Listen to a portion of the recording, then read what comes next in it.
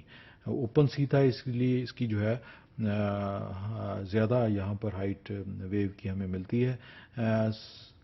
اسی طرح سے جو اس کا مڈغاسکر کا ایریا ہے یہاں پر 5.4 میٹر ہائٹ اس کی ہوئی ہے، اور یہاں پر ڈیتھ جو تھیں وہ کم تھیں as compare to the closer جو انوائرمنٹ ہے۔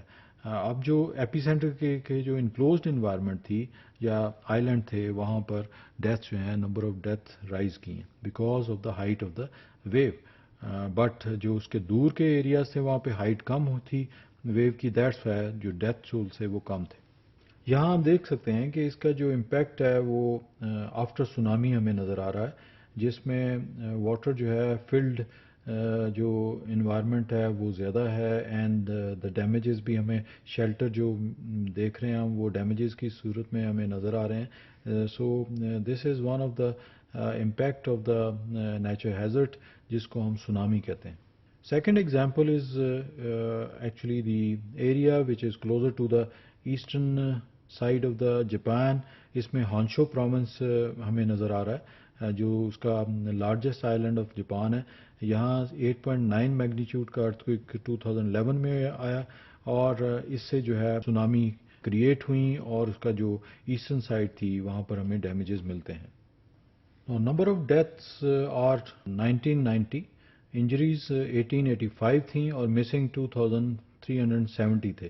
یہاں ڈیتھس اس لیے کم ہوئی ہیں کیونکہ بیکاز جو ایریا ہے دیٹ از ڈیولپڈ ایریا، اور یہاں پر سونامی جو ایمرجنسی تھی وہ ویدر فور کاسٹنگ میں اناؤنس ہوئی، اور اس طرح سے وہ ایویکویشن سٹارٹ ہو گئی۔ بٹ اس کے جو بلٹ اپ ایریا تھا جس میں جو سب سے بڑا نقصان جو پہنچا that is nuclear installment, nuclear جو وہاں پر ریئیکٹر تھا اس میں ڈیمیجز آئیں، اور اس طرح سے یہاں کا جو بلٹ اپ ایریا تھا اس کے جو ڈیمیجز ہیں وہ زیادہ ہیں۔ So economic losses are more than the human losses. Now reason behind the tsunami of the 2011 is actually the fault zone۔ اب یہاں پر پیسیفک پلیٹ ہے، ساؤتھ میں فلپین پلیٹ ہے، نارتھ میں نارتھ امریکن پلیٹ ہے، اینڈ ویسٹ میں جو ہے یوریشین پلیٹ ہے۔ سو یہ تمام جو ایریا ایکچولی جاپان کا ایریا ہے that is actually a junction of the major plate boundaries. So that's why we have trembling or shaking of the land during the years۔ یہاں پر ہر سال زلزلے آتے ہیں، even Japanese are very friendly to the earthquake جو phenomena ہے وہ انہیں روز جو ہے جو ارتھکویکس ہیں وہ فیل کرتے ہیں، بٹ سم میجر جو ارتھکویکس ہیں اس کا امپیکٹ اس انوائرمنٹ کے اوپر ہے۔ Now this is slide belongs to the tsunami during the tsunami area۔ اب ہم دیکھ رہے ہیں کہ جو سی سرفیس سے ہائی رائزز جو ہیں وہ ویوز کی ہمیں نظر آتی ہیں، اور اس سے ہیومن سیٹلمنٹس جو ہیں وہ سفر ہوئیں، اور ایون جو ہے اکنامک لاسز بہت سویئر تھے۔ So this is one of the area where we can see that the nature hazard has an impact on the human system. Now, some of the techniques are very popular nowadays. In one of the technique, scientific technique جو ہے وہ موجود ہے جسے ہم transmission data through satellite لیتے ہیں, satellite transmission of data. So some of the satellites are called geostationary satellites. وہ ارتھ اسپیڈ کے ساتھ جیو سنکرونائزڈ ہیں اور اس طرح سے ہمیں جو ویدر کی جو فنومینا کی جو اکرنسز ہیں وہ ریگولر ہمیں ریسیو ہوتی ہیں, یعنی جو ویدر فنومینا ہے ان دی فارم آف سائیکلون ہے, ان دی فارم آف سونامیز ہیں, یا کوئی بھی ویدر فنومینا کریٹ ہو رہا ہے وہ ہمیں تھرو سیٹلائٹ ٹرانسمیشن ڈیٹا ملتا ہے. So this is one of the area where we can see کہ جو ویدر ایونٹس ہو رہے ہیں یا نیچرل جو سسٹم ہے اس میں ہیومن انفارمیشن جو ہے وہ آپ سیکنڈز میں ریسیو کر رہے ہیں, and that's why you are preparing for the future disaster.